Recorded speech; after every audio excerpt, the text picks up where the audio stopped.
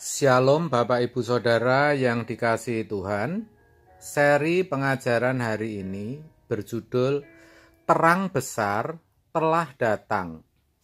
Saudara, bulan Desember adalah bulan di mana orang percaya merayakan Natal, kelahiran Sang Mesias.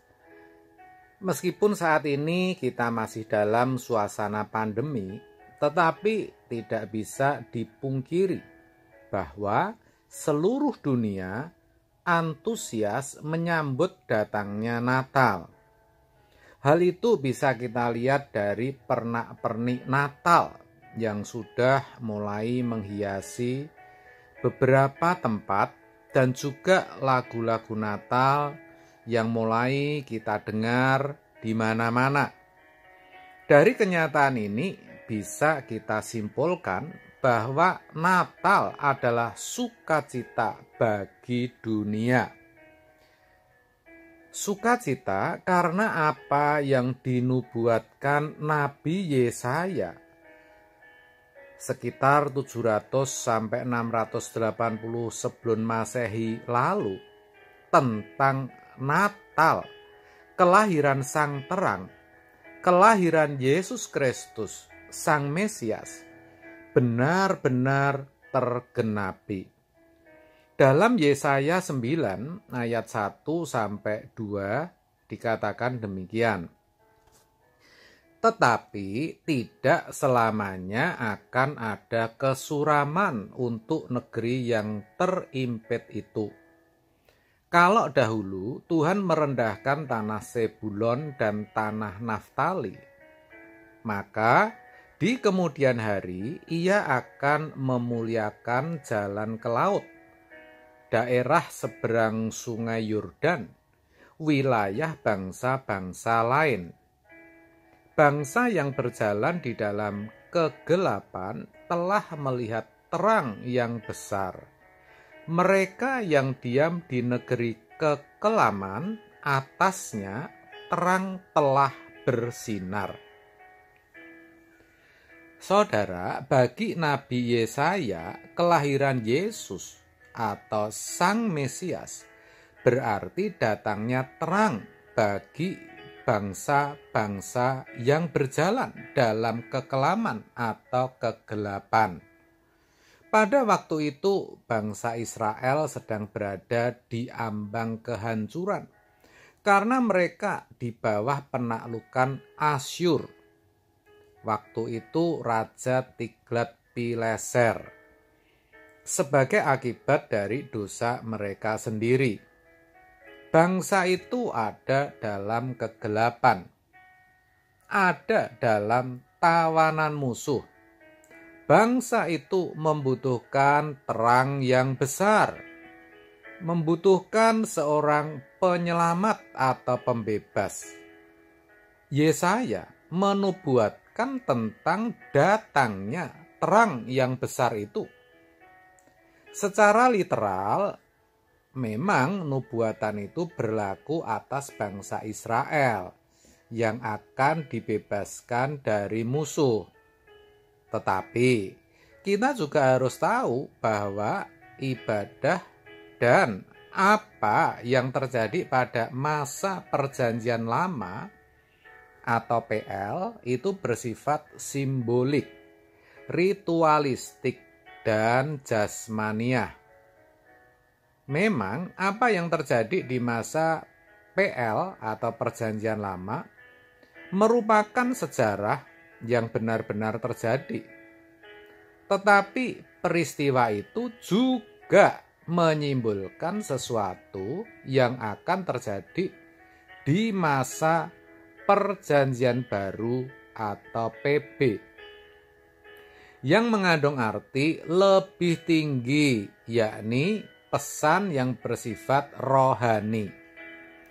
Secara tekstual, ayat ini berbicara tentang kegelapan bangsa Israel karena ditaklukkan bangsa lain. Tetapi kondisi itu menyimbolkan tentang kegelapan dunia karena ditaklukkan oleh dosa. Kelahiran Sang Mesias merupakan terang besar yang melenyapkan kegelapan dunia. Saudara, kata kegelapan dalam Alkitab sering dipakai untuk melambangkan kejahatan, dosa, hukuman, kesukaran, ketidakpastian, dan kematian. Sebaliknya, Alkitab juga memakai kata terang sebagai lambang kehidupan kekal, keselamatan, pengampunan, sukacita, kebenaran, dan segala sesuatu yang baik. Inilah yang Yesaya katakan, atasnya terang telah bersinar. Terang besar itu menyinari kegelapan. Terang besar itu adalah keselamatan dari Allah melalui pribadi Yesus Kristus yang kedatangannya dirayakan oleh gereja Tuhan sedunia. Saudara, nubuat Nabi Yesaya di atas tentang tanah Sebulon dan tanah Naftali, lalu jalan ke laut, daerah seberang sungai Yordan, wilayah bangsa-bangsa lain, itu dalam bahasa Ibraninya ditulis Gelil Hak Goyim, yang artinya daerah Galilea. Dalam Perjanjian Baru dijelaskan dengan gamblang bahwa Mesias atau Yesus Kristus benar-benar tampil di Galilea. Dengan demikian, nubuatan Yesaya ini sepenuhnya sudah digenapi. Saudara bisa baca di Matius 4 ayat 12 sampai 16. Kesimpulannya apa? Kesimpulannya bahwa terang besar yang dinubuatkan Yesaya 700 tahun sebelum Masehi itu benar-benar digenapi. Dan kita orang percaya sekarang ini hidup di dalam terang besar itu.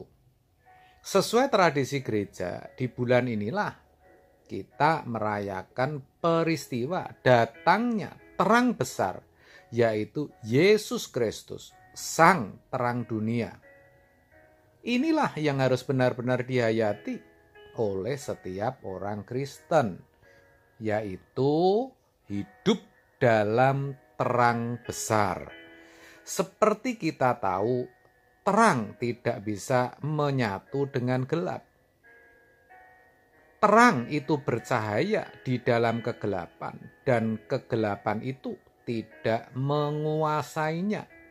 Demikian dituliskan dalam Yohanes 1 ayat 5. Perhatikan, dikatakan dengan jelas dan tegas bahwa kegelapan tidak bisa menguasainya. Demikianlah seharusnya hidup setiap orang Kristen, saudara.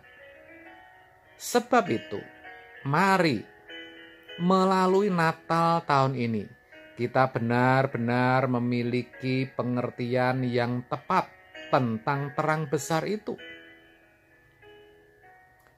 Sehingga kita mau berubah, kita mau berjuang untuk hidup kudus, untuk hidup tidak bercacat dan tidak bercela di hadapannya.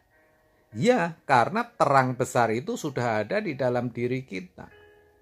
Supaya perbuatan-perbuatan gelap tidak lagi berkuasa dalam diri kita.